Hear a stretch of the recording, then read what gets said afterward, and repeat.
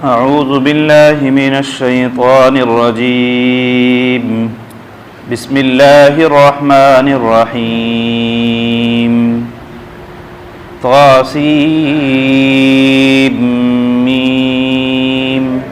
تلك آيات الكتاب المبين لعلك باخع نفسك ألا يكونوا مؤمنين۔ محترم بھائیو، عزیز بزرگو، سورہ شعراء ہے اور اس میں بھی اللہ تبارک و تعالی نے مختلف احکامات بیان کیے ہیں، اور سب سے شروع کی جو آیت ہے یہ حروف مقطعات میں سے ہے۔ اللہ پاک نے قرآن مجید میں اس طرح کے حروف نازل کیے ہیں جس سے اصل مقصود قرآن کے اعجاز کو بیان کرنا ہے، جیسا کہ پہلے پارے کے اندر بات آ چکی ہے۔ اس کے بعد جہاں پر بھی حروف مقطعات اللہ تعالیٰ نازل کرتے ہیں تو وہاں پر قرآن مقدس کے متعلق کچھ باتیں اللہ تعالیٰ فرماتے ہیں۔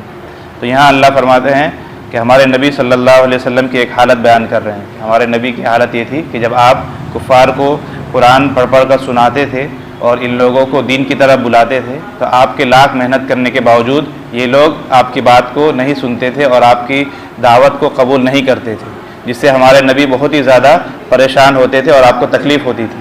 تو اللہ تبارک و تعالیٰ اس کے بارے میں کہہ رہے ہیں لعلک باخع نفسک الا یکونوا مؤمنین، کہ نبی شاید آپ اپنی جان کو ہلاکت میں ڈال دیں گے اس غم سے کہ یہ لوگ ایمان نہیں قبول کر رہے ہیں، آپ کی دعوت قبول نہیں کرتے۔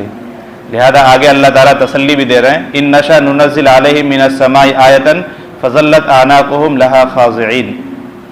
اللہ فرماتے ہیں کہ اگر ہم چاہیں تو ان کے اوپر ہم آسمان سے کوئی علامت، کوئی نشانی اتار دیں اور یہ سارے کے سارے اپنی گردنیں جھکا کر سر تسلیم خم کر لیں۔ خلاصہ یہ ہے کہ اللہ یہ کہنا چاہ رہے ہیں کہ اللہ تعالیٰ اگر چاہے تو لوگوں کو ایمان پر مجبور بھی کر سکتے ہیں، ان کفار کو ایمان پر مجبور بھی کر سکتے ہیں، جیسے کہ بنی اسرائیل پر اللہ نے کوہ طور کو، پورے پہاڑ کو ان کے سروں پر لا کھڑا کیا تھا کہ تم لوگ اس کتاب کی تصدیق کرتے ہو کہ نہیں کرتے، ان کو مجبور کیا گیا تھا۔ تو یہاں پر بھی اللہ کہہ رہے ہیں کہ اگر ہم چاہیں، یعنی اللہ تعالیٰ اگر چاہیں تو لوگوں کو اسلام پر اور ایمان قبول کرنے پر مجبور بھی کیا جا سکتا ہے۔ آسمان سے کوئی ایسی علامت، کوئی ایسی نشانی اللہ تعالیٰ ظاہر کر دے کہ سارے کے سارے لوگ مجبوراً نبی صلی اللہ علیہ وسلم کے پیغام کو ماننے پر مجبور ہو جائیں، لیکن اللہ فرماتے ہیں کہ ہم اس طرح کریں گے نہیں، اس لیے کہ اگر ہم لوگوں کو ایمان پر مجبور کر دیں گے تو جو دنیا میں بھیجے جانے کا مقصد ہے، جو آزمائش ہے کہ انسان اپنی چوائس سے، اپنی پسند اور اپنے اختیار سے دین کو قبول کرے اور دین کے مطابق زندگی گزارے، وہ مقصد فوت ہو جائے گا۔ لہذا اے نبی، اگر یہ لوگ آپ کی بات اور آپ کی دعوت کو قبول نہیں کرتے تو پھر بھی آپ غمگین مت ہوئیے اور اپنے آپ کو اس طرح اپنے آپ کو بے چین اور پریشان مت کیجیے کہ گویا کہ آپ اپنے آپ کو گویا کہ ہلاک کر دیں گے۔ تو نبی صلی اللہ علیہ وسلم کو تسکین دی جا رہی ہے اور آپ کو تسلی دی جا رہی ہے کہ آپ کا پیغام صرف دعوت پہنچانا ہے، آپ نے پیغام پہنچا دیا، اب ہدایت قبول کرنا نہ کرنا وہ مخاطبین کا مسئلہ ہے۔ وہ لوگ اگر ہدایت قبول کریں گے تو اللہ تعالیٰ انہیں صحیح جزا دیں گے، اور اگر یہ لوگ ہدایت قبول نہیں کریں گے تو ان کے ساتھ برا سلوک کیا جائے گا۔ آگے پھر اللہ فرماتے ہیں کہ آپ ان کے پیچھے اتنی پریشان ہو رہے ہیں اور آپ ان کے پیچھے ٹینشن لے رہے ہیں، ان لوگوں کا حال تو یہ ہے وما یأتیہم من ذکر من الرحمن محدث الا کانوا عنہ معرضین فقد کذبوا۔ اللہ فرماتے ہیں ان لوگوں کا حال یہ ہے، آپ ان کے بارے میں فکر کر رہے ہیں لیکن ان کا حال یہ ہے کہ جب بھی ان کے سامنے اللہ کی کوئی نئی آیت، کوئی نئی نشانی، کوئی نئی پیغام اللہ کا ان تک پہنچایا جاتا ہے تو یہ لوگ اس سے اعراض کرتے ہیں اور یہ لوگ جھٹلاتے ہیں، تحقیق کہ انہوں نے ان پیغامات کے اور ان میسیجز کو جھٹلا دیا ہے۔ اللہ فرماتے ہیں کہ ان لوگوں نے گویا کہ بطور عناد کے آپ کے پیغام کو صرف عناد، دشمنی اور ہٹدھرمی کی وجہ سے قبول نہیں کرتے ہیں۔ ان کا انجام کیا ہوگا؟ فَسَيَأْتِيهِمْ أَنْبَاءُ مَا كَانُوا بِهِ يَسْتَهْزِئُونَ۔ اور یہ لوگ یہ کام کرتے ہیں کہ ان کے پاس جو پیغام اور جو خبریں دی جاتی ہے ان کا یہ لوگ مذاق اڑاتے ہیں۔ پھر اللہ تبارک و تعالیٰ آگے کائنات کے نظام میں انسان کو اور خاص طور پر ان کفار کو غور کرنے بول رہے ہیں کہ تم اس کائنات میں، اس سنسار میں غور کرو اور اللہ تبارک و تعالیٰ تک پہنچنے کی کوشش کرو۔ اولم یروا الی الارض کم انبتنا فیہا من کل زوج کریم ان فی ذلک لآیہ وما کان اکثر مؤمنین۔ اللہ فرماتے ہیں کہ تم زمین میں ہی غور کر لو، زمین میں سے ہم نے کس طرح کی نفیس چیزیں اور عمدہ چیزیں اگائی ہے۔ جو چیز ہم استعمال کرتے ہیں، خود کھاتے ہیں، انہی چیزوں میں اگر انسان اپنے پلیٹ میں اپنی دسترخوان میں ہی غور کر لے کہ یہ چیزیں کس طرح ہم تک آئی اور کن کن مراحل سے گزر کر اللہ تبارک و تعالیٰ نے کن کن مراحل سے گزار کر ان کو ہمارے دسترخوان تک پہنچایا. انسان اگر زمین سے اگنے والی چیزوں میں ہی غور و فکر کر لے تو اسے اللہ تبارک و تعالیٰ کی معرفت اور اللہ تبارک و تعالیٰ کا پہچان ہو سکتا ہے. اللہ فرماتے ہیں کہ ان چیزوں میں بڑی نشانی ہے لیکن اکثر لوگ جو ہے اسلام قبول نہیں کرتے. پھر آگے اللہ تبارک و تعالیٰ نے تقریباً 7 واقعات ذکر کیے ہیں. اللہ تبارک و تعالیٰ کا دستور یہ ہے کہ کبھی دلائل سے سمجھاتے ہیں اور کبھی پیچھے امتوں کے واقعات ذکر کرتے ہیں اور ان کا انجام بتلاتے ہیں. تو اللہ تبارک و تعالیٰ 7 نبی اور ان کی قوموں کے حالات ذکر کر رہے ہیں کہ اگر یہ کفار آپ کی بات کو نہیں مانتے تو اس سے پہلے بھی بہت ساری قومیں ہوئی ہیں جنہوں نے وقت کے نبی کے بات کو اور ان کے پیغام کو نہیں مانا اور ان کے ساتھ ہم نے ایسا ایسا عذاب بھیجا اور ایسا ایسا معاملہ کیا. تو گویا کہ کفار کو ڈرانا بھی دھمکانا بھی مقصود ہے اور ہمارے نبی کو تسلی دینا بھی کہ آپ ذرا زیادہ اپنے آپ کو کھپائیے مت اور زیادہ پریشان اور فکر مند مت ہوئیے. اللہ تبارک و تعالیٰ نے سب سے پہلے حضرت موسیٰ علیہ السلام کا واقعہ نقل کیا ہے. حضرت موسیٰ علیہ السلام اور فرعون کا واقعہ بہت ہی زیادہ مشہور ہے. قرآن میں بار بار اللہ تعالیٰ حضرت موسیٰ علیہ السلام کے واقعے کو نقل کر رہے ہیں, بار بار ذکر کر رہے ہیں. اس سے مقصود یہی ہے کہ ہر زمانے کا کوئی نہ کوئی فرعون ضرور ہوتا ہے. ہر زمانے میں باطل پرست اور باطل کی طرف ناحق چیزوں کی طرف دعوت دینے والے اور ابھارنے والے لوگ ہوتے ہیں. لہذا مسلمانوں کو موسیٰ علیہ السلام کے واقعے کو بار بار سنایا جا رہا ہے تاکہ یہ لوگ باطل کا مقابلہ کریں اور وقت کے فرعونوں کا مقابلہ کریں جس طرح موسیٰ علیہ السلام نے مقابلہ کیا. تو موسیٰ علیہ السلام کے واقعے کو اللہ تبارک و تعالیٰ تفصیل سے بیان کر رہے ہیں اور اس سے ہمیں یہی سبق ملتا ہے کہ اہل حق جو ہے بالآخر کامیاب ضرور ہوتے ہیں اور ظالم چاہے جتنا ہی ظلم کر لے اس کا ایک نہ ایک دن نمبر آتا ہے اور ظلم کا خاتمہ ضرور ہوتا ہے. فرعون نے بہت ہی زیادہ ظلم کیا حتیٰ کہ ہزاروں بچوں کو اس نے قتل کیا اور بنی اسرائیل کو غلام بنا کر رکھے. یہاں تک کہ نبی کے خلاف اس نے بغاوت کی اور نبی کے خلاف جنگ کرنے کی کوشش کی, نبی کو ستایا. تو یہ اس کی جو ظلم تھی, زیادتی تھی, یہ ایک نہ ایک دن اللہ تبارک و تعالیٰ نے انجام دکھلا دیا کہ دنیا میں اسے مال دولت اور حکومت ملی تھی لیکن اس کے ظلم کا خاتمہ ضرور ہوا. بظاہر لگتا ایسا تھا کہ بادشاہ بہت ہی پاورفل ہے, طاقتور ہے, اسے کوئی ہرا نہیں سکتا, لیکن اللہ تبارک و تعالیٰ نے سمندر میں اسے غرق کیا اور اس کے لاش کو, اس کے جسم کو آج تک عبرت کا نشان بنائے ہوئے کہ فرعون کی لاش آج تک محفوظ ہے, سارے لوگوں کے لیے عبرت ہے. تو اللہ تبارک و تعالیٰ حضرت موسیٰ علیہ السلام کے واقعے کو نقل کر رہے ہیں. اس کے بعد حضرت ابراہیم علیہ السلام کے واقعے کو اللہ تبارک و تعالیٰ نے بیان کیا ہے کہ ابراہیم علیہ السلام کس قدر مشکل حالات میں اللہ تبارک و تعالیٰ کی طرف لوگوں کو بلائے اور اپنے گھر سے انہوں نے گویا کہ دین کی دعوت دینی شروع کی. ان کے والد خود بت بناتے تھے اور بت بنا کر بیچتے تھے. گویا کہ ایک بت پرست کے گھر میں یہ پیدا ہوئے لیکن اللہ تبارک و تعالیٰ کی توحید کے علم کو لے کر کھڑے ہوئے اور باپ کو سب سے پہلے دعوت دی. اذ قال لأبیہ وقومہ ما تعبدون, اپنے ابا سے اور اپنی قوم سے پوچھنے لگے اے میرے ابا یا میری قوم تم لوگ کس چیز کی عبادت کرتے ہو؟ قالوا نعبد اصناما فنظن لها عاکفین قال هل يسمعونکم اذ تدعون. حضرت ابراہیم علیہ السلام قوم کو سمجھا رہے ہیں کہ تم جو ان بتوں کی عبادت کرتے ہو کیا یہ سنتی بھی ہے یا تمہیں یہ کوئی نفع نقصان پہنچا سکتی ہے یا تم مطلب اس کی عبادت کیوں کرتے ہو؟ عبادت تو اس کی جاتی ہے جو قادر ہو, جس کے پاس پاور ہو, جس نے تمہیں پیدا کیا ہو, تمہیں روزی دے. لیکن جو تمہاری بات نہ سنے, تمہیں ضرورت ہو, تم ضرورت کے وقت ان کو پکارو یا پریشانی کی حالت میں ان سے مدد مانگو تو وہ تمہیں نفع یا نقصان نہ پہنچا سکے, ایسے لوگوں کی تم عبادت یا ایسے مورتیوں کی, ایسے معبودوں کی عبادت کیوں کرتے ہو؟ تو قوم نے صرف ایک ہی جواب دیا کہ بھائی ہمارے پاس کوئی دلیل نہیں, ہم نے اپنے بڑوں کو, آباء و اجداد کو اسی طرح کرتے ہوئے پایا ہے. تو حضرت ابراہیم علیہ السلام نے حکمت کے ساتھ ان لوگوں کو بات سمجھانے کی کوشش کی لیکن یہ لوگ نہیں مانے. بالآخر حضرت ابراہیم علیہ السلام وہاں سے ہجرت کی. تو ان کے واقعے کو اللہ تعالیٰ نے بیان کیا ہے اور آخر میں حضرت ابراہیم علیہ السلام اللہ تبارک و تعالیٰ کا تذکرہ اور اللہ کا تعارف بھی کر رہے ہیں کہ اللہ تبارک و تعالیٰ کون ہے. ان کو تو پوچھا کہ تمہارا معبود کون ہے, انہوں نے کہا کہ بت ہے جو نہ سنتے ہیں, نہ کھاتے ہیں, نہ پیتے ہیں, نہ کچھ کرتے ہیں. لیکن حضرت ابراہیم علیہ السلام فرماتے ہیں کہ فَإِنَّهُ عَدُوٌّ لِّي إِلَّا رَبَّ الْعَالَمِينَ الَّذِي خَلَقَنِي فَهُوَ يَهْدِينِ. ابراہیم علیہ السلام اللہ کا تعارف کرا رہے ہیں کہ اللہ وہ ہیں یا میرے خدا وہ ہیں, میرے رب وہ ہیں جس نے مجھے پیدا کیا اور جو مجھے سیدھی راہ دکھلاتا ہے. نمبر 2 وَالَّذِي هُوَ يُطْعِمُنِي وَيَسْقِينِ, میرا خدا وہ ہے جو مجھے کھلاتا ہے اور مجھے پلاتا ہے. وَإِذَا مَرِضْتُ فَهُوَ يَشْفِينِ, جب میں بیمار ہو جاتا ہوں تو وہی مجھے شفا دیتا ہے. وَالَّذِي يُمِيتُنِي ثُمَّ يُحْيِينِ, اور میرا خدا وہ ہے جو مجھے موت دے گا اور موت کے بعد پھر دوبارہ زندہ کرے گا. وَالَّذِي أَطْعَمَ أَن يَغْفِرَ لِي خَطِيئَتِي يَوْمَ الدِّينِ, اور میرا خدا وہ ہے جس سے مجھے امید ہے کہ آخرت کے دن، قیامت کے دن، حساب کے دن وہ میری غلطیوں کو اور میری گناہوں کو معاف کر دے گا۔ تو حضرت ابراہیم علیہ السلام نے اللہ کا یہ تعارف کرایا کہ اللہ ہی گویا کہ خالق ہیں، اسی طرح اللہ ہی رازق ہیں، رزق دینے والے وہی ہیں، اللہ ہی شافی ہے، وہی شفا دیتے ہیں، اور اللہ ہی قابض ہے، وہی روح قبض کرتے ہیں اور دوبارہ انسان کو دوبارہ زندہ کریں گے، اور وہی یوم جزا کے مالک ہیں، پاورفل اور عزیز وہی ہے، انہی کے پاس ساری قوتیں ہیں۔ میرا خدا وہ ہے، لہذا جو ذات پاورفل ہو، جس کے پاس ساری قوتیں ہوں، جس نے تمہیں پیدا کیا، تم کو رزق دیتا ہے، تمہیں مارے گا، تمہیں دوبارہ زندہ کرے گا، پھر تمہارے کیے کا تمہیں حساب کتاب کرائے گا اور اچھے اعمال کا تمہیں بدلہ دے گا، جو ذات اس قدر پاورفل ہو، جس کے اندر اتنی قوت ہو، وہی اس قابل ہے کہ اس کی عبادت کی جائے۔ تو ابراہیم علیہ السلام نے مختلف انداز میں اپنی قوم کو سمجھایا۔ پھر آگے حضرت ابراہیم علیہ السلام مختلف دعا مانگ رہے ہیں، رب ہب لی حکما والحقنی بالصالحین۔ ابراہیم علیہ السلام اللہ تبارک و تعالیٰ کے تعارف کرانے کے بعد دعا بھی مانگ رہے ہیں کہ اللہ مجھے دانائی اور عقل مندی عطا کیجیے، اور میرا شمار اور میرا انجام نیک لوگوں کے ساتھ کیجیے، وجعل لی لسان صدق فی الآخرین، اور آئندہ جو لوگ آئیں گے، جو قوم آئے گی، ان کے درمیان میرا نیک نام زندہ کیجیے کہ وہ لوگ اچھائی کے ساتھ اور اچھے نام کے ساتھ مجھے پکارے، مجھے یاد کریں، وجعل لی من ورثۃ جنت النعیم، اور جنت نعیم کا مجھے وارث بنائیے، یعنی جنت کا فیصلہ میرے حق میں کیجیے، واغفر لأبی انہ کان من الضالین، اور میرے ابا کی، میرے والد کی مغفرت کر دیجیے کہ بے شک وہ گمراہ لوگوں میں سے تھے۔ ابراہیم علیہ السلام نے شروع میں یہ دعا کی، لیکن جب بعد میں اللہ تبارک و تعالیٰ کی طرف سے حکم آیا کہ کافر کے حق میں دعا قبول نہیں ہوتی ہے، تو انہوں نے پھر اس دعا سے رجوع کر لی۔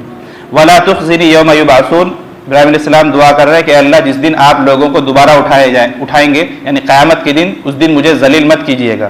یوم لا ينفع مال ولا بنون، جس دن مال اور اولاد کام نہیں آئیں گے، الا من اتى الله بقلب سلیم وازلفت الجنۃ للمتقین۔ پھر آخر میں قیامت کی منظر کشی ہے کہ قیامت میں دنیا میں جو انسان کے پاس پاور ہے، دنیا میں دو ہی چیز کا پاور ہوتا ہے، پیسے کا گھمنڈ ہوتا ہے، یا پھر اپنے پاس اپنے ارد گرد بیٹے بھتیجوں کی جو فوج ہوتی ہے اس کی طاقت سے انسان کو گھمنڈ ہوتا ہے۔ تو اللہ فرماتے ہیں کہ آخرت میں دنیا کے جو پاور ہے، دنیا کی جو قوت ہے، وہ کوئی چیز کام نہیں آئے گی، مگر جس پر اللہ کا فضل ہو وہی کام ہوگا۔ اور پھر آخر میں جنت کی اور دوسرے اوصاف کے اللہ تبارک و تعالیٰ بیان کر رہے ہیں کہ جنت کو متقین کے قریب کر دیا جائے گا، اور جہنمیوں کے ساتھ کیا انجام ہوگا اس کا اللہ تبارک و تعالیٰ نے تذکرہ کیا۔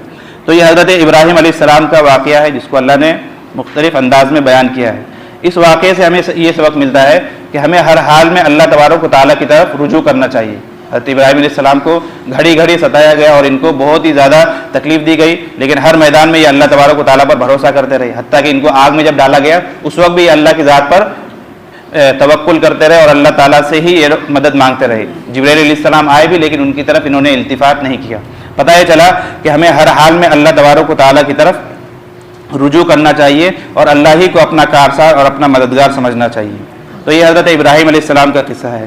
اس کے بعد آگے اللہ تبارک و تعالیٰ نے حضرت نوح علیہ السلام کا قصہ نقل کیا ہے، کذبت قوم نوح المرسلین، کہ نوح علیہ السلام کی قوم نے انبیاء کو جھٹلایا اور انبیاء کی تکذیب کی۔ نوح علیہ السلام کا قصہ ہم تمام کو معلوم ہے، 950 سال سے زیادہ انہوں نے تبلیغ کی، لیکن کچھ ہی لوگ ایمان قبول کیے۔ آخر میں اللہ تعالیٰ نے جہاز بنانے کا اور اسٹیمر بنانے کا حکم دیا، انہوں نے جہاز بنایا اور اللہ تعالیٰ نے ایمان والوں کو نجات دی، اور جو لوگ کافر تھے حتیٰ کہ ان کا بیٹا بھی طوفان میں اور پانی میں بہہ کر سارے کے سارے لوگ ہلاک ہو گئے۔ تم نوح علیہ السلام کے واقعے کو اللہ تعالیٰ نقل کر رہے ہیں۔ اس سے ہمیں یہ سبق ملتا ہے کہ اللہ جسے چاہے اسے ہی ہدایت ملتی ہے۔ نوح علیہ السلام خود چاہ رہے تھے کہ میرا بیٹا کسی طرح کشتی میں سوار ہو جائے اور یہ بھی نجات پا جائے، لیکن اللہ نے نوح علیہ السلام کے اس آرزو کو پورا نہیں کیا اور ان کا بیٹا جو ہے ہلاک ہو گیا۔ پتہ یہ چلا کہ ہدایت اللہ کے ہاتھ میں ہے، اللہ جسے چاہتے ہیں ہدایت دیتے ہیں۔ لہذا ہمیں دیگر چیزوں کے ساتھ دعا میں اللہ تعالیٰ سے ہدایت اور توفیق بھی مانگتے رہنی چاہیے کہ اللہ ہمیں سیدھے راستے پر چلائیے اور نیک کام کرنے کی توفیق دیجیے۔ اس کے بعد آگے اللہ تبارک و تعالیٰ حضرت ہود علیہ السلام کے واقعے کو نقل کر رہے ہیں۔ اللہ تبارک و تعالیٰ نے حضرت ہود علیہ السلام کے واقعے کو نقل کیا ہے۔ ان کی قوم عاد تھی، کذبت عاد المرسلین، کہ قوم عاد نے بھی انبیاء کو جھٹلایا۔ اب یہاں قرآن نے جو لکھا ہے کہ عاد نے انبیاء کو جھٹلایا، حالانکہ عاد کی طرف ایک ہی نبی بنا کر بھیجے گئے تھے، لیکن چونکہ سارے انبیاء کی دعوت ایک ہی ہے، لہذا ایک نبی کو جھٹلانا گویا کہ سارے انبیاء کو جھٹلانے کے مترادف ہے۔ تو یہ جو قوم تھی، اس قوم کو اللہ تبارک و تعالیٰ نے بڑی نمایاں خوبیاں عنایت کی تھی کہ ان کو اللہ نے بہت ہی طاقتور جسم دیا تھا، ان کی عمر لمبی ہوتی تھی، خوشحالی ان کی بے مثال تھی، اور ان کے اندر ایک برائی یہ تھی کہ یہ لوگ بلا ضرورت مکانات بنایا کرتے تھے، بڑے بڑے محلات بلا ضرورت بغیر فائدہ کے بنایا کرتے تھے، اور نبی کی بات نہیں مانتے اور اللہ تبارک و تعالیٰ کی نعمتوں کا ناجائز اور ناشکری کرتے تھے، ناجائز فائدہ اٹھاتے تھے اور ناشکری کرتے تھے۔ تو اللہ تبارک و تعالیٰ نے ان لوگوں کو بھی عذاب سے ہلاک کیا۔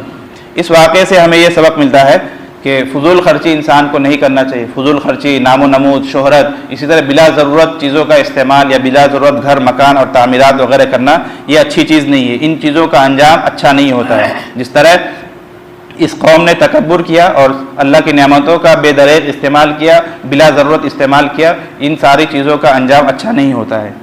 پھر آگے اللہ تبارک و تعالیٰ نے حضرت صالح علیہ السلام کا واقعہ نقل کیا ہے کہ حضرت صالح علیہ السلام کو قوم سمود کی طرف بھیجا گیا تھا۔ کذبت ثمود المرسلین اذ قال لهم اخوهم صالح الا تتقون۔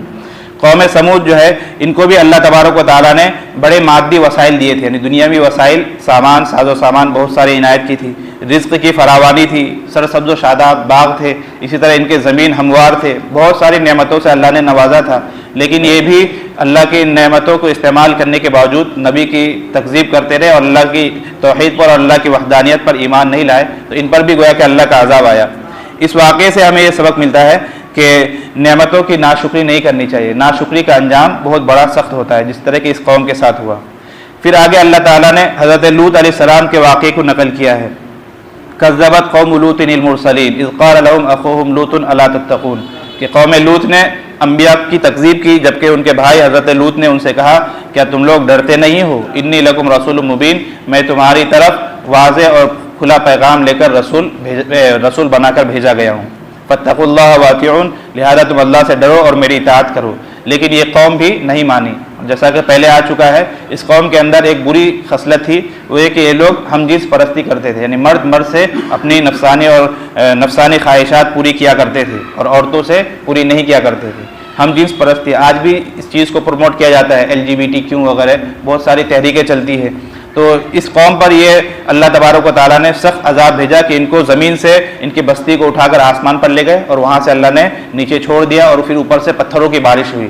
یعنی یہ جو عمل ہے آج بھی اس کی تحریکیں چلتی ہے، یہ عمل گویا کہ اللہ تبارک و تعالیٰ کے غضب کو اور اللہ کی عذاب کو دعوت دینے کے مترادف ہے۔ لہذا اس قوم کے اندر جو شہوت اپنے ہم جنس لوگوں سے ادا کرنے کی اور پورا کرنے کی جو یہ لت تھی اور جو عادت تھی، یہ بہت بری عادت ہے۔ اس سے یہ پتہ چلتا ہے کہ انسان کو اللہ تبارک و تعالیٰ نے انسان کے اندر جو خواہش رکھی ہے اسے جائز اور صحیح جگہ پر ہی صحیح مصرف میں جو اللہ نے نکاح کی شکل میں، بیوی کی شکل میں ہمیں دی ہے، اسی جگہ خرچ کرنا چاہیے۔ اپنے خواہشات کی تکمیل میں حد سے زیادہ نہیں بڑھ جانا چاہیے، ورنہ اللہ کا عذاب بڑا دردناک ہوتا ہے۔ پھر آگے اللہ تبارک و تعالیٰ نے 7ویں واقعے کو ذکر کیا ہے کہ حضرت شعیب علیہ السلام کی قوم، حضرت شعیب علیہ السلام کی قوم کو بھی اللہ تبارک و تعالیٰ نے بہت سے انعامات سے نوازا تھا۔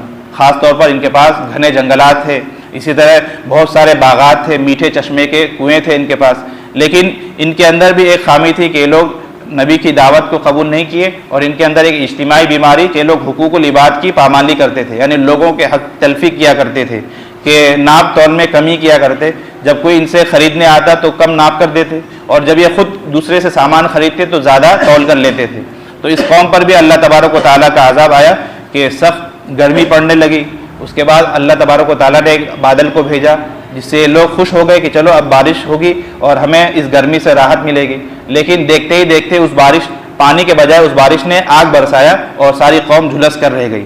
تو حضرت شعیب علیہ السلام کی قوم کے اندر جو بنیادی بیماری تھی کفر کے علاوہ، وہ یہ تھی کہ یہ لوگ حقوق العباد کی پامالی کرتے تھے، لوگوں کا حق کھا لیتے تھے اور 1 کلو کی جگہ 900 یا 850 گرام ہی تول کر دیا کرتے تھے۔ تو اس واقعے سے ہمیں سبق ملتا ہے کہ ہمیں دوسروں کی حق تلفی نہیں کرنی ہے، ہمیں کوشش یہ کرنا ہے کہ ہمارا مال چاہے دوسرے کے پاس چلا جائے لیکن دوسرے کا مال ہمارے پاس ناحق طور پر نہیں آنا چاہیے۔ حقوق العباد کی بڑی گرفت ہے، 2 طرح کے عبادتیں ہمارے ذمہ ہیں، ایک تو ہے اللہ کا حق جو عبادت وغیرہ ہے، ایک یہ ہے، اور دوسرا ہے بندوں کا حق جس کو کہا جاتا ہے حقوق العباد۔ اللہ کے حق میں یعنی عبادتوں میں اگر تھوڑی بہت سستی ہو جائے تو اللہ کے فضل سے، اللہ کے رحمت سے امید ہے کہ اللہ تعالیٰ معاف کر دیں گے، لیکن اگر ہم نے دوسروں کی حق تلفی کی ہوگی، کسی سے پیسہ لے لیا یا کسی کو 2 تھپڑ لگا دیا یا کسی کی عزت اچھال لی یا کسی کی زمین دبا لی یا کسی کو کم ناپ تول کر دیا، اگر حقوق العباد میں ہماری کمی ہے، حقوق العباد میں ہم نے ڈنڈی ماری ہے، تو اللہ تبارک و تعالیٰ کہیں گے جاؤ پہلے اپنے معاملات نمٹا لو. اور آخرت میں معاملات ظاہر سی بات ہے وہاں کوئی معاف کرنے والا نہیں ہے. دنیا میں ہی ہم معافی تلافی کرا سکتے ہیں، لیکن وہاں تو چونکہ ہر ایک کو ضرورت ہوگی تو وہاں کی کرنسی دینی پڑے گی. انڈین کرنسی نہیں بلکہ وہاں کی کرنسی یعنی نیکیوں میں تبادلہ ہوگا. کسی کو ہم نے تھپڑ مارا ہوگا تو اس کو اتنی نیکیاں دینی پڑے گی. کسی کا 2 روپیہ کھا لیا ہے تو اتنے ہزار نیکیاں دینی پڑے گی.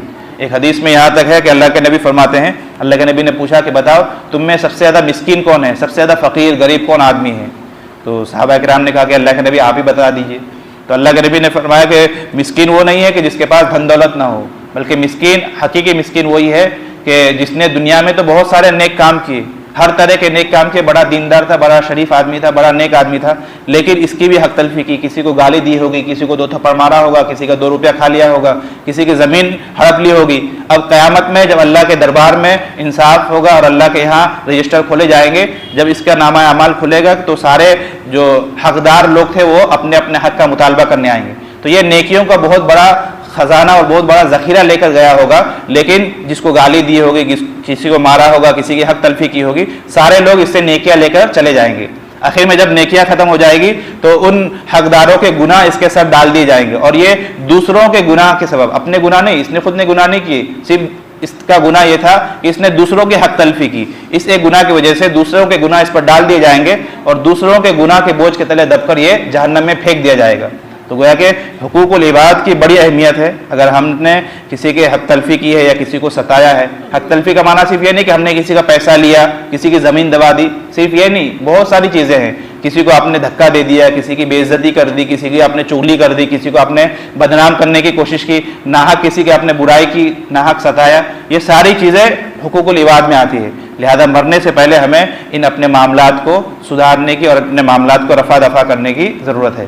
اگر آپ نے کسی سے پیسہ لیا، آپ کے پاس ہے تو اسے آپ ادا کیجیے. اگر آپ کے پاس نہیں ہے، آپ ادا نہیں کر سکتے تو اسے معافی تلافی کر لیجیے. اگر وہ دنیا میں معاف کر دیتا ہے تو آخرت میں گویا کہ ہم بچ جائیں گے. تو حضرت شعیب علیہ السلام کے قوم پر جو انجام ہوا، ان پر جو عذاب آیا، اس سے ہمیں یہی سبق ملتا ہے کہ ہمیں لوگوں کے حق کو نہیں دبانا ہے، لوگوں کی حق تلفی نہیں کرنی ہے. کہیں ایسا نہ ہو کہ ہمارے اوپر بھی اس طرح کا دردناک اور سخت عذاب آ جائے. تو یہ اللہ تبارک و تعالیٰ نے پے در پہ 7 انبیاء اور 7 قوموں کے حالات ذکر کیے، اور اس سے ہمیں جو سبق ملتا ہے وہ بھی ہم نے آپ کے سامنے بیان کیا. سورت کی ابتدا قرآن مجید کے ذکر سے ہوئی تھی، اور آخر میں پھر اللہ تبارک و تعالیٰ قرآن مجید کا تذکرہ کر رہے ہیں. وَإِنَّهُ لَتَنزِيلُ رَبِّ الْعَالَمِينَ نَزَلَ بِهِ الرُّوحُ الْأَمِينُ عَلَى قَلْبِكَ لِتَكُونَ مِنَ الْمُنذِرِينَ بِلِسَانٍ عَرَبِيٍّ مُبِينٍ وَإِنَّهُ لَفِي زُبُرِ الْأَوَّلِينَ. اللہ تعالیٰ قرآن کا تعارف کرا رہے ہیں کہ قرآن نبی صلی اللہ علیہ وسلم نے خود نے نہیں لکھا، جیسا کہ ان لوگوں کا کہنا تھا. نہ کسی نے آپ کو بتایا، نہ آپ پر شیطان آتا ہے، نہ آپ پر کسی طرح کی کوئی بات ہوتی ہے، بلکہ قرآن کیا ہے؟ یہ رب العالمین کی طرف سے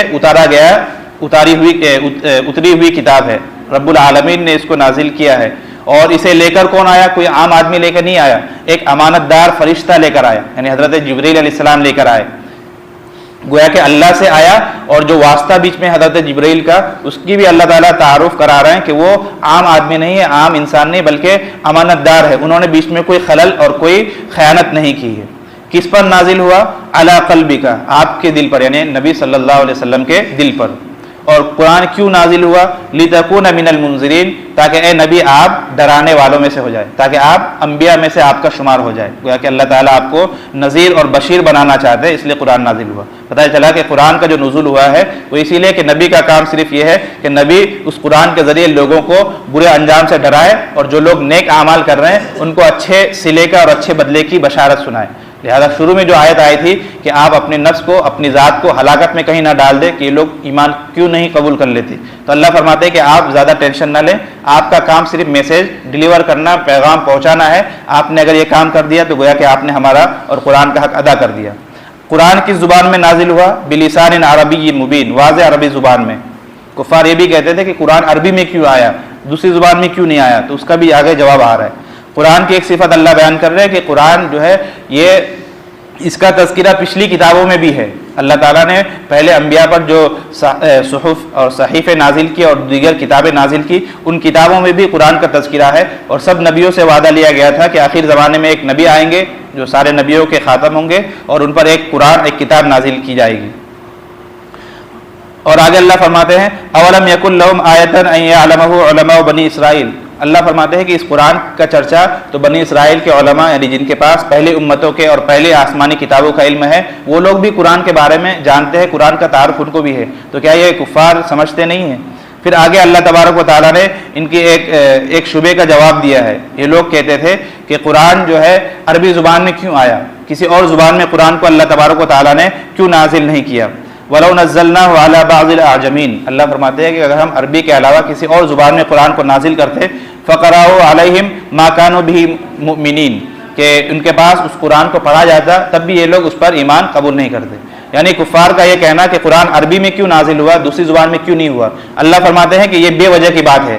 اگر ہم عربی کے علاوہ کسی اور زبان میں نازل کرتے، انگریزی میں، اردو میں، ہندی میں، کسی اور زبان میں نازل کرتے، ان کے سامنے وہ قرآن پڑھا جاتا تو لوگ کہتے کہ یار اسے تو ہم سمجھ ہی نہیں رہے ہیں، جب سمجھ نہیں رہے تو اس کو ہم کیوں مانیں، اس وقت دوسرا بہانہ ڈھونڈتے۔ پتہ چلا کہ ان کا یہ اعتراض کرنا یہ بہانہ ڈھونڈنا ہے۔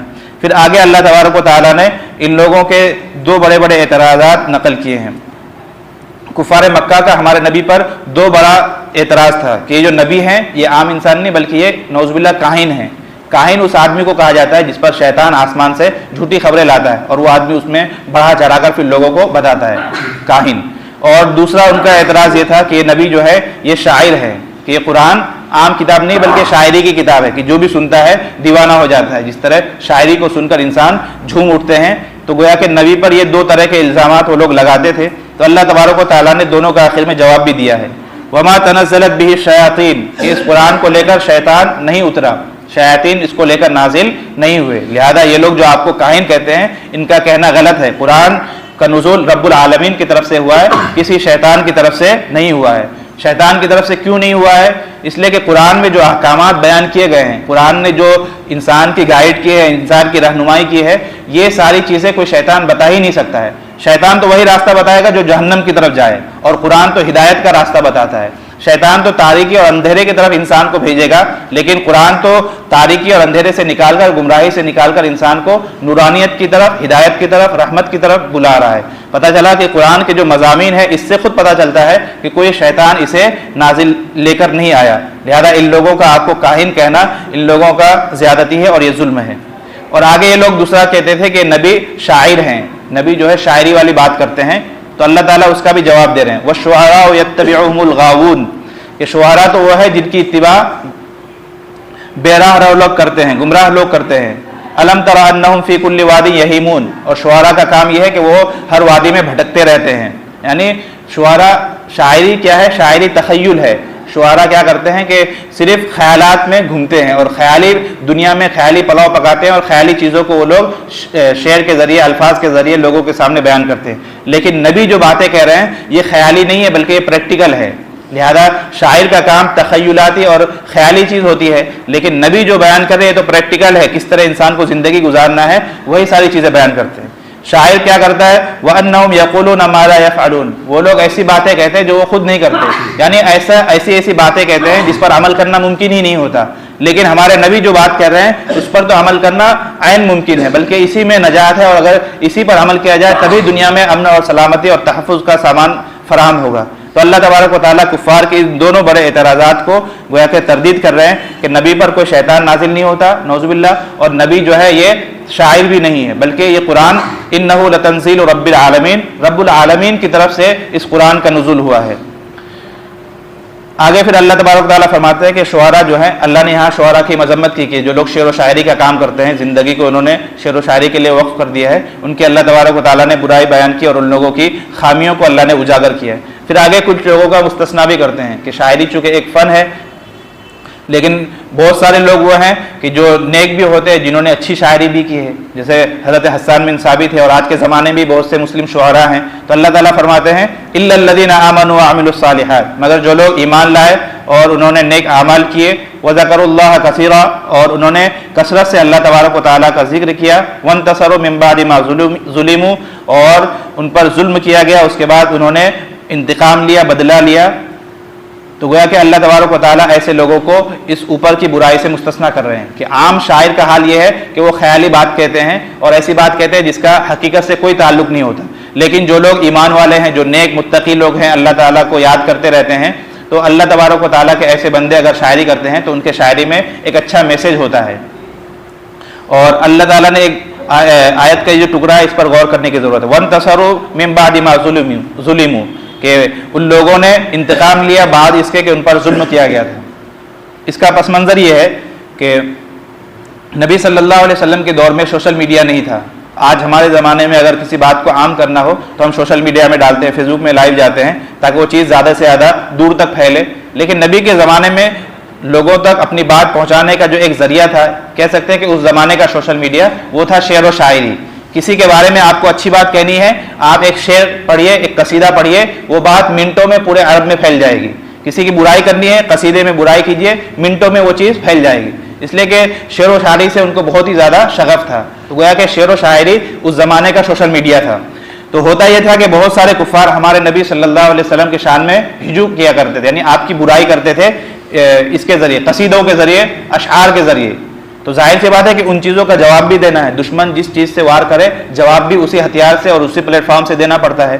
تو اللہ کے نبی نے کچھ مسلمان شعراء سے اور جو نیک اور دیندار لوگ تھے، حضرت حسان بن ثابت وغیرہ، ان لوگوں کو کہا کہ ان کا جواب دو، اور ان لوگوں نے جواب دیا۔ تو اللہ تبارک و تعالیٰ اسی کی طرف اشارہ کر رہے ہیں کہ وہ لوگ جن پر ظلم کیا گیا تھا، صحابہ پر ظلم کیا گیا، ان کو مکہ سے مدینہ ہجرت کرنے پر مجبور ہونا پڑا، ان کے خلاف جو ہے لوگوں نے جہاد کیا اور ان لوگوں کو ختم کرنے کی، ان کے جان مال کو برباد اور تہس نہس کرنے کی کوشش کی، تو ان پر ظلم کیا، انہوں نے اپنے ظلم کے دفاع میں جو ہے انتقام لیا کہ شعراء، کفار کے شعراء جو نبی کے شان میں اور اسلام کے شان میں غلط عقیدے پر غلط قصیدے پڑھا کرتے تھے، تو اس کے رد میں ان لوگوں نے صحیح نظریہ پیش کیا اور اپنا میسج جو ہے اشعار کے ذریعے، قصیدے کے ذریعے لوگوں کے سامنے بیان کیا۔ اس کی طرف اللہ تعالیٰ اشارہ کر رہے ہیں کہ یہ لوگ جو ہیں پھر یہ گمراہ شاعر نہیں ہیں۔ پتہ چلا کہ شعراء کی اور جو لوگ شعر و شاعری کرتے ہیں ان کی بھی دو قسمیں ہیں۔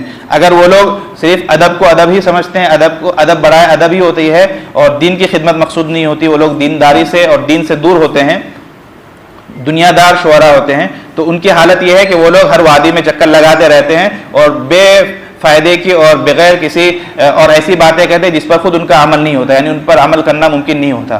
اور دوسرے شعراء وہ ہوتے ہیں جو دیندار ہوتے ہیں، جن کے شاعری میں دین کا غلبہ ہوتا ہے اور جن کے شاعری میں کوئی خاص مفہوم نکلتا ہے، تو یہ لوگ ایسے شعراء جو ہیں قابل مبارکباد ہیں۔ تو اللہ تبارک و تعالیٰ نے گویا کہ نبی صلی اللہ علیہ وسلم کا دفاع کیا کہ ہمارے نبی شاعر نہیں ہیں، بلکہ ان کی طرف وحی نازل کی جاتی ہے اور یہ رب العالمین کی طرف سے یہ کتاب نازل ہوا ہے۔ لانے والے جو فرشتے ہیں وہ بھی امانت دار ہیں، اور جس قلب پر اور جس دل پر اس قرآن کا نزول ہو رہا ہے وہ تمام انسانوں میں سب سے افضل ہیں۔ پھر آخر میں اللہ تعالیٰ دھمکی دے رہے ہیں، وَسَيَعْلَمُ الَّذِينَ ظَلَمُوا أَيَّ مُنْقَلَبٍ يَنْقَلِبُونَ۔ اللہ تعالیٰ فرماتے ہیں کہ جو ظالم لوگ ہیں ان کو عنقریب پتہ چل جائے گا کہ لوٹنے کی اور پلٹنے کی جگہ کون سی ہے۔ یعنی اللہ تعالیٰ بتا رہا ہے کہ دنیا میں جو کرنا ہے کر لو، تم جتنا ظلم ڈھاؤ گے، جتنا پروپیگنڈا کرو گے، نبی کو جتنا بدنام کرو گے کر لو، لیکن تمہیں لوٹ کر کہاں جانا ہے عنقریب تم کو پتہ چل جائے گا۔ لوٹ کر سب کو اللہ ہی کے پاس جانا ہے، لہذا اللہ تبارک و تعالیٰ وہاں پر ان کو ان کے کیے کا بدلہ اور ان کے کیے کا صلہ ضرور دیں گے۔ تو یہ سورہ شعراء ہے جس میں مختلف احکامات اللہ تعالیٰ نے نازل کیے ہیں اور خاص طور پر پچھلے قوموں کے واقعات نقل کر کے ہم لوگوں کو ڈرایا ہے کہ ہمیں ان کی طرح نہیں بننا ہے بلکہ اللہ کے نیک بندوں کی طرح اور سچے لوگوں کی طرح بننا ہے۔ اور اللہ نے قرآن مجید کی حقانیت کو بھی بیان کیا ہے۔ اللہ تبارک و تعالیٰ ہمیں کہنے سننے سے زیادہ عمل کرنے کی توفیق عطا فرمائے۔ روزانہ ہم ایک اچھی بات سنتے ہیں، آج کی اچھی بات یہ ہے کہ جس طرح کل آیا تھا کہ رشتہ داروں کے ساتھ حسن سلوک کرنا ہے، اسی طرح حدیث میں اور قرآن میں پڑوسیوں کے بھی حقوق بیان کیے گئے ہیں کہ ہمارا جو پڑوسی ہے، پڑوسی کے ساتھ بھی اچھائی کے ساتھ اور حسن سلوک کے ساتھ پیش آنا چاہیے۔ رشتہ دار تو ہم سے بہت مرتبہ دور بھی ہوتے ہیں، لیکن پڑوسی تو ہمیشہ ہمارے پڑوس میں ہوتے ہیں۔ حتیٰ کہ حدیث میں یہاں تک ہے کہ اگر پڑوسی غیر مسلم ہے، نن مسلم ہے، تو اس کے ساتھ بھی بھلائی کرنا چاہیے، اسے بھی تحفے تحائف ہدیے دیتے رہنا چاہیے۔ حدیث میں تعلیم ہے کہ اگر تمہارے گھر کچھ اچھا بنے تو گھر کے لوگوں کے لیے جتنی ضرورت ہے، جتنی نیڈ ہے، اس سے زیادہ اس میں شوربہ بڑھا دو۔ بوٹیاں بڑھانے کی ضرورت نہیں ہے، 2 کپ شوربہ بڑھا دو تاکہ سالن کچھ بچ جائے اور وہ سالن تم اپنے پڑوسیوں تک بھیج سکو۔ تو حدیث میں اس طرح اللہ کے نبی نے ہمیں تاکید کی ہے۔ اسی طرح ایک حدیث میں ہمارے نبی صلی اللہ علیہ وسلم فرماتے ہیں کہ ما زال جبرائیل یوصینی بالجار حتی ظننت انہ سیورثہ۔ اللہ کے نبی فرماتے ہیں کہ حضرت جبرائیل مجھے پڑوسیوں کے بارے میں اتنی تاکید کرتے تھے مجھے ڈر ہونے لگا کہ کہیں ایسا نہ ہو جائے کہ جس طرح بیٹا باپ کا وارث ہوتا ہے کہیں یہ پڑوسی جو ہے ان کو وارث نہ بنا دیا جائے، یعنی اتنا گویا کہ تاکید کی جاتی تھی۔ اب آپ خود سوچئے کہ وراثت کسے ملتی ہے؟ جو ہمارا بالکل قریبی ہوتا ہے، جو ہمارا خون ہوتا ہے، وراثت اسے ملتی ہے۔ لیکن اللہ کے نبی فرماتے ہیں کہ جبریل اتنی تاکید کرتے تھے کہ ہمیں ڈر ہونے لگا کہ کہیں اس کو بھی یعنی پڑوسی کو بھی وراثت میں شامل نہ کر دیا جائے۔ اسی طرح اللہ کے نبی صلی اللہ علیہ وسلم فرماتے ہیں ایک حدیث میں کہ پڑوسی کو کبھی تکلیف مت دو، من کان یؤمن باللہ والیوم الآخر فلا یؤذ جارہ، کہ جس کا اللہ پر اور آخرت کے دن پر ایمان ہے اسے چاہیے کہ وہ اپنے پڑوسی کو کبھی بھی نہ ستائے۔ اسی طرح آگے اسی حدیث میں ہے کہ جس کا اللہ پر اور آخرت کے دین پر یقین ہو اسے چاہیے کہ وہ اپنے مہمان کی اکرام کرے، اسی طرح اسے چاہیے کہ وہ خیر بات کہے یا خاموش ہی رہے، یعنی ہمیں غلط بات نہیں کہنا ہے۔ اسی طرح اللہ کے نبی نے ایک تیسری حدیث بیان کی ہے کہ اللہ تبارک و تعالیٰ کے نزدیک کون پڑوسی ہے۔ اللہ کے نبی صلی اللہ علیہ وسلم فرماتے ہیں خیر الاصحاب عند اللہ خیرہ لصاحبہ، اللہ کے نزدیک بہترین دوست وہ ہے جو اپنے دوست کے لیے بہتر ہو، یعنی اگر ہمارا دوست کے ساتھ اچھا تعلق ہے تبھی گویا کہ ہم اللہ کے بہتر دوست بن سکتے ہیں۔ وخیر الجیران عند اللہ خیرہم لجارہ، اور اللہ کے نزدیک بہترین پڑوسی وہ ہے جو اپنے پڑوسی کے لیے بہتر ہو۔ ایک حدیث میں اللہ کے نبی صلی اللہ علیہ وسلم فرماتے ہیں کہ اللہ اور اللہ کے نبی کی محبت پانے کا ایک آسان نسخہ بیان کیا گیا ہے کہ اگر کوئی آدمی یہ چاہے کہ ہمیں اللہ اور اللہ کے نبی کی محبت، اللہ اور اللہ کے رسول کی محبت ملے تو اس کو کیا کام کرنا چاہیے۔ اصل میں اس حدیث کا پس منظر یہ ہے کہ نبی صلی اللہ علیہ وسلم ایک مرتبہ وضو کر رہے تھے تو آپ کے وضو کا جو پانی گر رہا تھا تو حضرات صحابہ کرام وہ پانی لے رہے تھے اور اپنے بدنوں میں مسل رہے تھے۔ تو نبی صلی اللہ علیہ وسلم نے پوچھا کہ یہ تم کیوں کر رہے ہو؟ تو انہوں نے کہا کہ اللہ کے نبی اسی لیے تاکہ آپ کی محبت ہمارے دل میں جاگوزی ہو جائے۔ تو ہمارے نبی نے فرمایا کہ میں تمہیں کیا ایسی چیز نہ بتاؤں کہ جس سے اللہ اور اللہ کے رسول دونوں تم سے محبت کریں۔ اللہ کے نبی فرماتے ہیں فَإِنْ أَحْبَبْتُمْ أَنْ يُحِبُّكُمُ اللَّهُ وَرَسُولُهُ، کہ اگر تم یہ چاہو کہ اللہ اور اللہ کا رسول تم سے محبت کرے، ایک تو یہ کہ ہم محبت کریں یہ ایک الگ بات ہے، ہمیں تو محبت کرنا ہی ہے، ہمیں تو حکم ہے۔ اگر ہم یہ چاہیں کہ اللہ بھی ہمیں محبت کرے، یعنی ادھر سے ہم اللہ سے تعلق بڑھائیں ادھر سے بھی گویا کہ ہمارے ساتھ خیر کا معاملہ ہو، تو اللہ کے نبی فرماتے ہیں کہ ایسا آدمی تین کام کرے۔ فَأَدُّوا إِذَا اؤْتُمِنْتُمْ، کہ جب تمہارے پاس کوئی امانت رکھی جائے تو اس امانت کو خیانت نہیں کرنا ہے بلکہ اس امانت کو ادا کر دینا ہے۔ وَاصْدِقُوا إِذَا حَدَثْتُمْ، اور جب بھی بات کرو تو سچ بات کرو، جھوٹ مت بولو۔ اور آخر میں اللہ کے نبی فرمایا وَأَحْسِنُوا جَارَ مَنْ جَاوَرَكُمْ، اور تم اپنے پڑوسیوں کے ساتھ حسن سلوک کرو۔ پتہ یہ چلا کہ امانت داری اور سچائی یعنی سچ بولنا، جھوٹ نہ بولنا، اسی طرح اپنے پڑوسیوں کے ساتھ اچھا سلوک کرنا، یہ تین ایسے کام ہیں کہ اگر ہم ان تین کاموں کو کریں گے تو اللہ بھی ہم سے محبت کریں گے اور اللہ کے نبی بھی ہم سے محبت کریں گے۔ تو یہ اللہ کے نبی نے بہت ہی آسان نسخہ بیان کیا ہے۔ تو پڑوسیوں کا ہمارے اوپر بہت ہی زیادہ حقوق اللہ اور اللہ کے نبی نے عائد کیے ہیں، لہذا ہمیں کوشش یہ کرنی چاہیے کہ ہماری ذات سے کسی کو تکلیف نہ پہنچے۔ جیسا کہ آج ہی بات آئی کہ حقوق العباد کی کبھی معافی نہیں ہے جب تک کہ ہم اس حق کو ادا نہ کر دیں یا معافی نہ کرا لیں دنیا ہی میں۔ تو ہمیں کوشش یہ کرنی ہے کہ ہماری ذات دوسرے کے لیے فائدہ مند بنے اور ہماری ذات سے کسی کو بھی، خاص طور پر رشتہ داروں کو اور پڑوسیوں کو اور سارے لوگوں کو ہماری ذات سے کوئی تکلیف نہ پہنچے۔ اگر ہم اس طرح زندگی گزاریں گے تو اللہ تبارک و تعالیٰ کے یہاں ہمارا شمار اللہ کے محبوب بندوں میں ہوگا۔ اللہ تبارک و تعالیٰ ہمیں کہنے سننے سے زیادہ عمل کرنے کی توفیق عطا فرمائے۔ دعا کر بسم اللہ الرحمن الرحیم۔ اللهم لا احصي ثناء عليك انت كما اثنيت على نفسك ربنا آتنا في الدنيا حسنة وفي الآخرة حسنة وقنا عذاب النار۔ الہ العالمین ہم تمام کے گناہوں کو معاف فرما۔ الہ العالمین ہم جیسے بھی ہیں لیکن تیرے پاک پیغمبر صلی اللہ علیہ وسلم کی امتی ہیں، اے اللہ اپنے حبیب کے صدقے ہم تمام کے گناہوں کو معاف فرما۔ اے اللہ ہمارے حالات پر رحم فرما۔ اللہ مسلمان کہیں بھی جہاں کہیں بھی پریشان حال ہے ان کی مدد اور نصرت فرما۔ فلسطین کے مسلمانوں کی حفاظت فرما۔ الہ العالمین مسلمان جہاں کہیں بھی پریشان حال ہے ان کی مدد اور نصرت فرما۔ الہ العالمین ہم لوگوں کی بھی مدد اور نصرت فرما۔ اے اللہ ہماری روزی روزگار میں خیر اور برکت کا نزول فرما۔ ہم تمام کو صحت تندرستی کی دولت عطا فرما۔ جو لوگ اس دنیا سے جا چکے ہیں ان کے درجات بلند فرما اور ہمیں بھی مرنے سے پہلے موت کی تیاری کرنے کی توفیق عطا فرما۔ الہ العالمین حادثات موت سے اور لا علاج بیماریوں سے ہم تمام کی حفاظت فرما۔ الہ العالمین کلمے والی موت ہم تمام کو نصیب فرما۔ رمضان کے کچھ دن رہ گئے ہیں، اس کی قدردانی کی توفیق عطا فرما۔ الہ العالمین ہمارے جتنی بھی نیک اعمال ہیں ہر ایک کو قبول فرما، ہماری دعاؤں کو نبی کریم صلی اللہ علیہ وسلم کے صدقے طویل قبول فرما۔ وصلی اللہ علی خیر خلقہ وآلہ وصحبہ وذریتہ اجمعین برحمتک یا ارحم الراحمین۔